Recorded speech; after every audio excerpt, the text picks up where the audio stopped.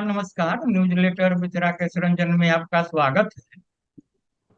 संसद नई संसद में विशेष सत्र की शुरुआत हुई और जो भी कयास लगाए जा रहे थे उससे अलग जो कुछ नया हुआ उसमें आया महिला आरक्षण विधेयक की बात। उसको प्रधानमंत्री ने या कहिए कि नरेंद्र मोदी की सरकार ने नारी शक्ति वंदन विधेयक का नाम दिया है।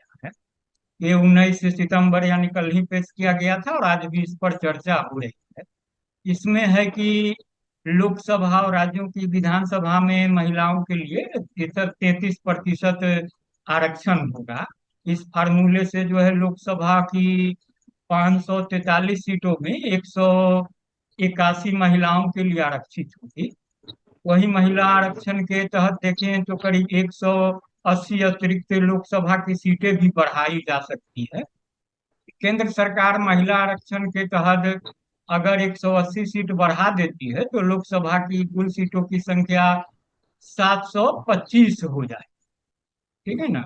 तो मौजूदा लोकसभा में महिलाओं की स्थिति की अगर बात करेंगे तो वो 78 महिला सांसद हैं। या कुल संख्या जो 543 है उसका 15% बनता है।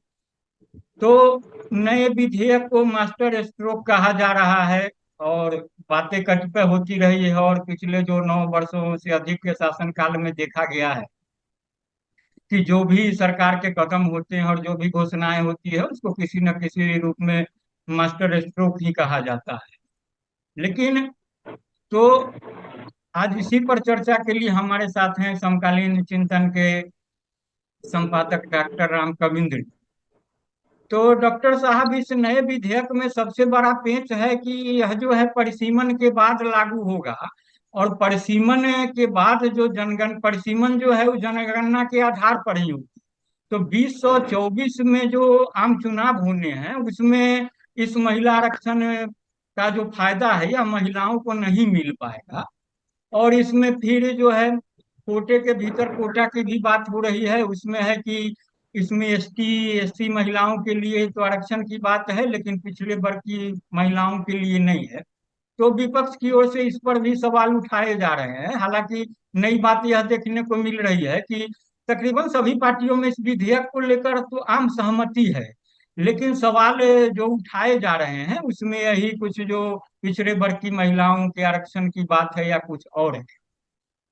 तो हम आपसे जानना चाहेंगे कि जो सवाल सरकार की मंशा पर जो उठ रही है कि अगर महिला सशक्तिकरण को लेकर सरकार इतनी ही गंभीर है तो यह गंभीरता तो अपने शासन के पहला जो शुरुआती 5 साल था उसमें दिखा सकते थे या फिर दूसरा या उस समय भी करते जिससे बातें हो पाती। तो लेकिन इसमें लागू करने में तत्काल क्यों परहेज रखा गया और फिर अभी इस समय को क्यों चुना गया? धन्यवाद राकेश जी। मैं आपके इसी सवाल को टेकअप करता हूं जी कि अभी ही इसको क्यों चुना गया। और उससे भी बड़ा सवाल उठता है जी कि जब 2024 में इसको लागू नहीं होना है जी तो फिर आनंद फानन में विशेष सत्र क्यों बुलाया गया। जी यह तो भावी शीतकालीन सत्र में भी लाया जा सकता था। बिल्कुल जो रेगुलर सेशंस पार्लियामेंट के हो रहे होते उसमें भी इसको पास किया जा सकता था। कोई आसमान तो गिर नहीं रहा था। लेकिन मुझे लग रहा है कि अगर आरक्षण के हिसाब से आप इसको देखें जी तब तो हम कहेंगे कि पहाड़ खोदा गया और चूहिया भी नहीं निकली। जी लेकिन मोदी सरकार का पर्पस चूहिया निकालना नहीं था जी आरक्षण के संदर्भ में। मेरी निगाह दो तीन बिंदुओं पर जा रही है। जी पहली बात यह है कि देश का आर्थिक संकट बहुत गहराता जा रहा है। अब जैसे एक आंकड़ा आ रहा है कि 2022 में देश में घरेलू बचत 7.2% था जीडीपी। और 2023 में वह घटकर 5.1% हो गया। यह जो घरेलू बचत में कमी आई है, उसकी सबसे ज्यादा मार किस पर पड़ेगी? आप एक आम मध्य वर्ग परिवार की स्थिति को देखते हैं, जी क्योंकि वही प्रभावित होगा। ऊपर वाले प्रभावित नहीं होंगे, मध्य वर्ग प्रभावित होगा और नीचे वाला वर्ग प्रभावित होगा। और इसमें सबसे ज्यादा प्रभाव पड़ेगा महिलाओं पर। महिलाओं के सेवक, महिलाओं की जीवन स्थिति सबसे ज्यादा गंभीर होने वाली है। यह एक मामला हो गया। जी दूसरा मामला है कि सीएजी रिपोर्ट। आप पिछले दिनों के सीएजी रिपोर्ट को देखिए। एक विवाद आया था कि कैसे जो नेशनल हाईवे के कंस्ट्रक्शन में बड़े पैमाने पर घपला हुआ है, जी 18 गुना ज्यादा बिल का भुगतान हुआ है।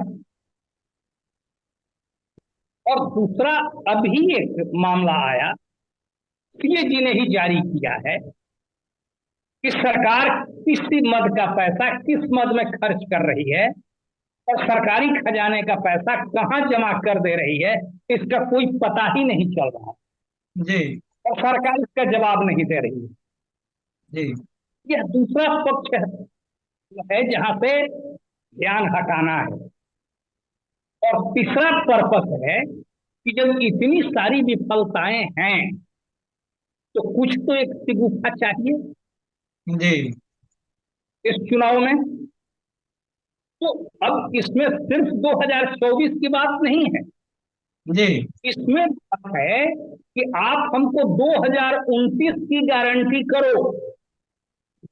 किसी एक एजेंडा पर आप हमको 2029 तक सत्ता में लाने की गारंटी करो।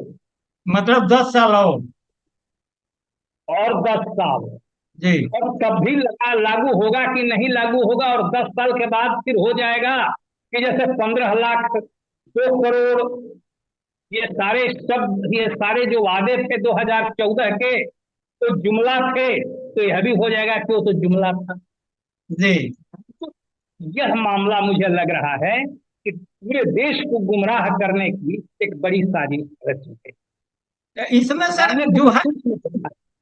जी और इसमें पूछिए। सर ये जो बिल जो है इसमें स्पष्टता भी नहीं है ना। इसमें कहीं जिक्र नहीं है ओबीसी ईबीसी महिलाओं को आरक्षण का अब दिया जाएगा कि नहीं मैं दिया जाएगा। जो है कि सरकार को अब मैं तो उस पर, होमवर्क तो कर बिल्कुल, लेना चाहिए था ना।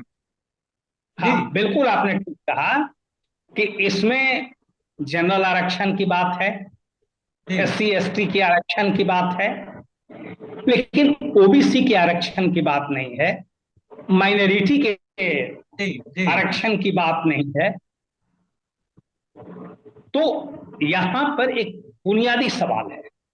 जी हम जब अपने सामाजिक संरचना को देखते हैं जी तो हमारे समाज में किसी भी व्यक्ति का शोषण आर्थिक रूप में भी होता है, गैर आर्थिक रूप में भी होता है। जैसे उत्पीड़ित जाति के आधार पर, जी उत्पीड़ित धर्म के आधार पर, उत्पीड़ित राष्ट्रीयता के आधार पर, आदि आदि, ये पहचान के आधार पर भी उत्पीड़न का एक मेथड हमारे समाज में मौजूद रहा है। तो जी अब अगर एक महिला को उस कैटेगरी में जोड़ करके देखिए तो एक महिला 3 तरह से शोषण का शिकार हो रही है।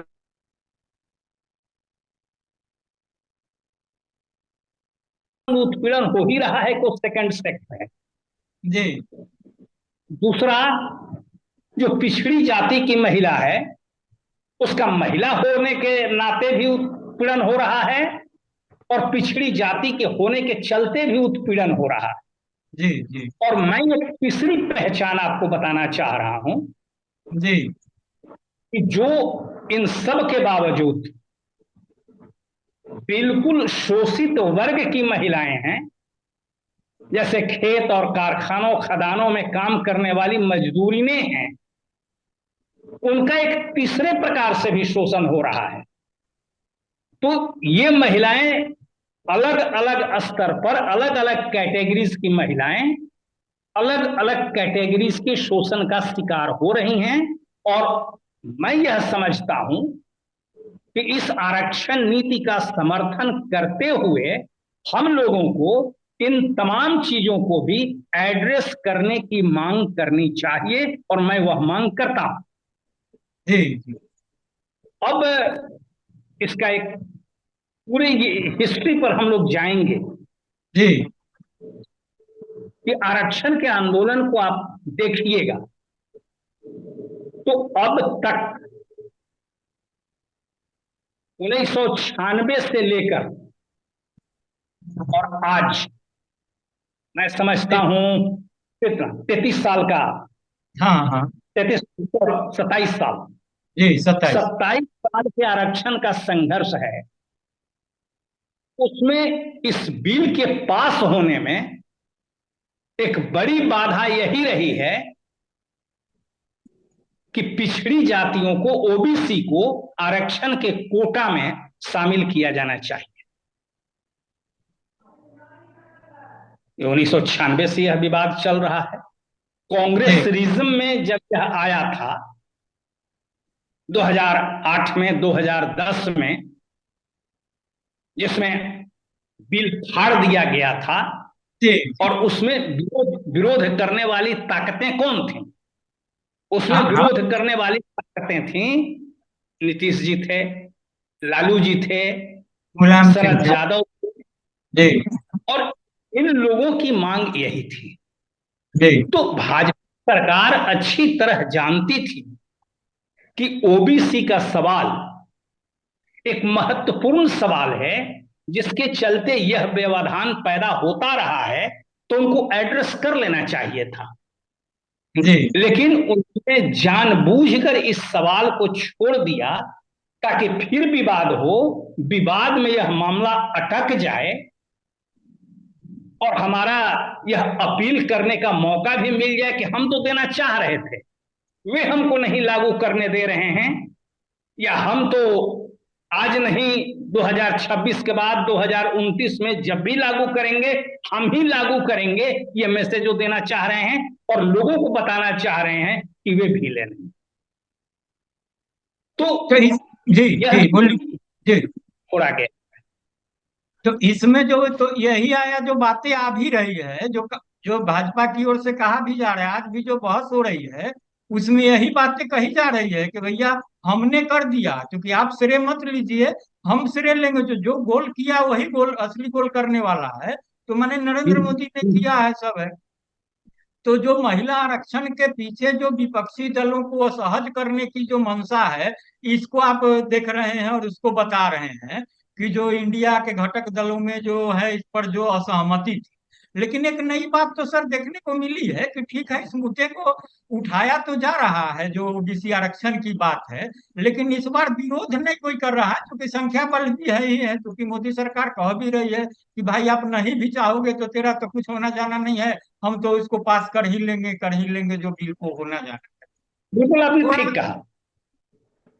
थोड़ा आगे मैं बढ़ते ये हैं सर। जी जी बोलिए। कि अब अभी मामला यहाँ है, जी एक उद्देश्य का यह भी था, आपने ठीक बताया, कि जो इंडिया अलायंस बन रहा है उसके अंदर एक छूट डाल देना, जी और उनको लगता था कि इसको लेकर के एक विवाद पैदा होगा। तो लेकिन ये दोनों मामलों पर विवाद ने बड़ा ही रोचक रूप धारण कर लिया है। जी जैसे ही यह मामला चर्चा में आया, ट्विटर वार शुरू हो गया जी कि कौन इसका श्रेय ले। कांग्रेस ने राजीव गांधी के जमाने से याद करना शुरू कर दिया, पंचायती राज से जो उन्होंने आरक्षण का दौर शुरू किया था, नरसिम्हा राव इज्म में इसको लागू किया गया 1993 में, पंचायती राज का कानून, इसको उन्होंने भंजाना शुरू किया, और अपने सरकार में जो बहस चली है उसका श्रेय वो लेने की कोशिश कर रहे हैं। यह एक विवाद चल रहा है। और दूसरी तरफ भाजपा के लोगों पर यह कहा जा रहा है, और बात सही भी है, कि आज ही के कुछ दिन पहले तक उनके लोग हिंदुत्व और सनातन धर्मी अंदाज में जो जी समाज में यह प्रचारित करने की कोशिश करते थे कि औरतों का काम है रोटी बनाना और बच्चा पैदा करना।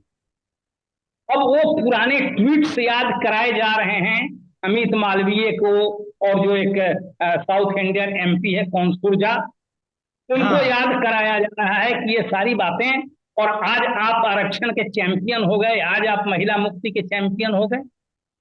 तो ये सारी बात चल रही है कि एक श्रेय लेना है,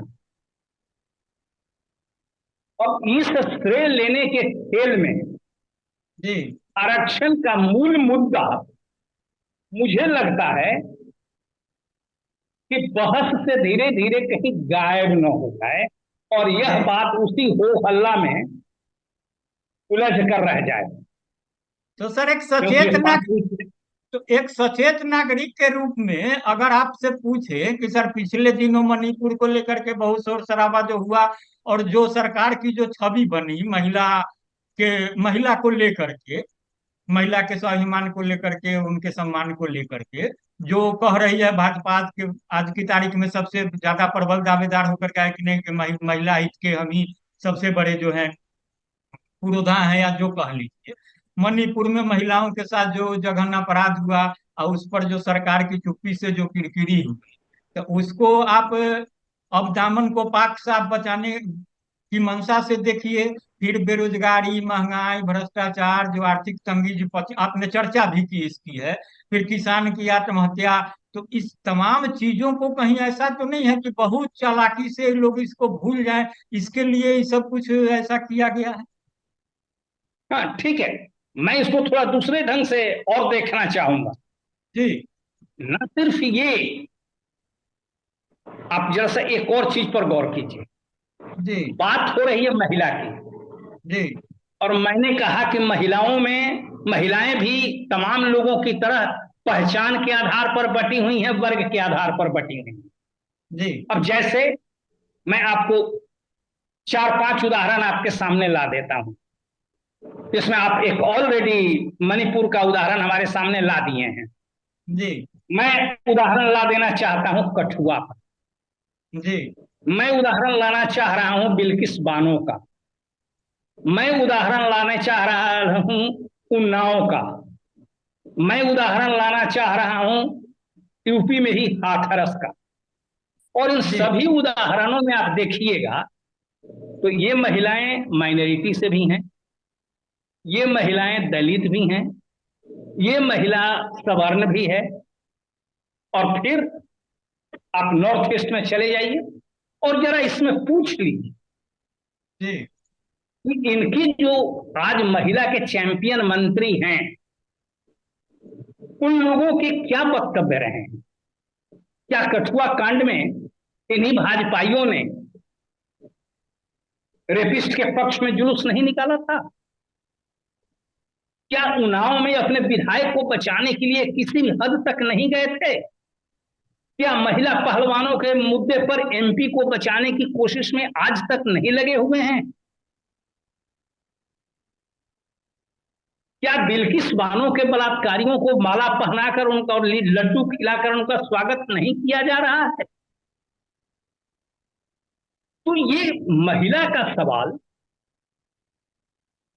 इनके लिए तभी तक है जो इनके हित में, इनके वर्ग हित में, इनके राजनीतिक हित में है।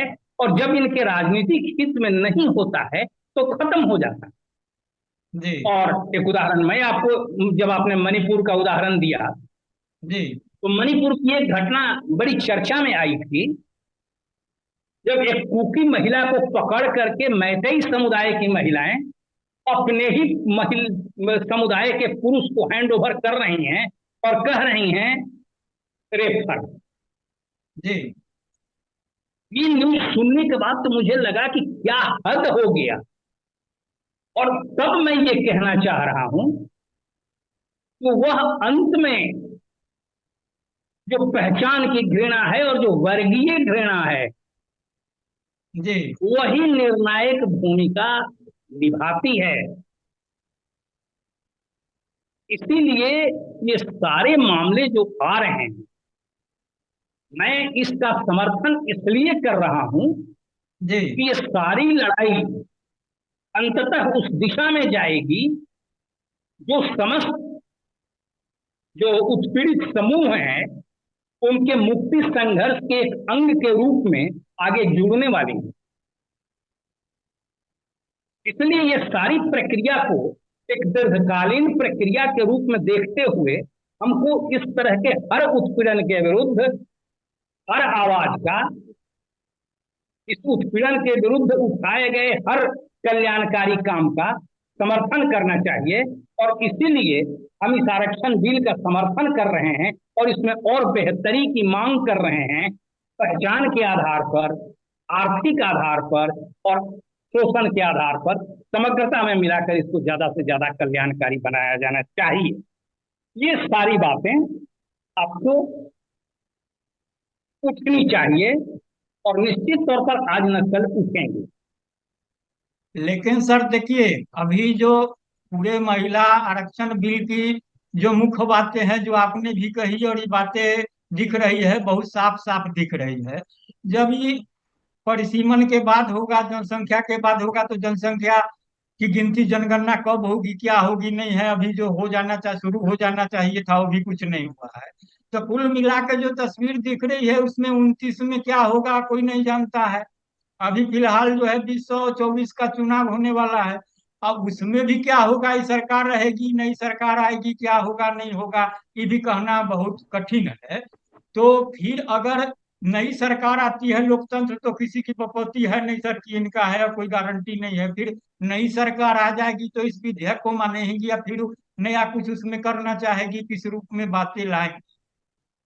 तो कुल मिला के जो सवाल आता है सर, एक बात की, जो भी हो, पक्ष में जो दल है या विपक्ष में जो दल है, सबकी चिंता अपनी जगह है, तो उसको सब परखा जा चुका है। जो एक जो अलग विचारधारा जो बनती है, जो तो वाम विचारधारा बोलिए, जो भी विचारधारा, तो उसकी ओर से उसको किस नजरिए से देखा जाना चाहिए इस आरक्षण को। क्योंकि जो भाजपा आरक्षण लेकर आई है और जो विपक्ष की सहमति उसमें बन रही है कुछ आपत्तियों के साथ, तो उस आपत्तियों पर आपने भी उन आपत्तियों को इंगित किया और कहा कि नहीं, इसको ठीक है, हम समर्थन करते हैं, लेकिन इसमें सुधार की बातें होनी चाहिए। लेकिन आपको कहीं लगता है कि जो ये सत्ता वाले जो पार्टियां जो होती है, इसको तो कहीं जो सही में जनता की चिंता तो उसके केंद्र में होती नहीं है, कहीं ना कहीं किसी न किसी रूप में। तो इस बात को आखिर उठाएगा कौन?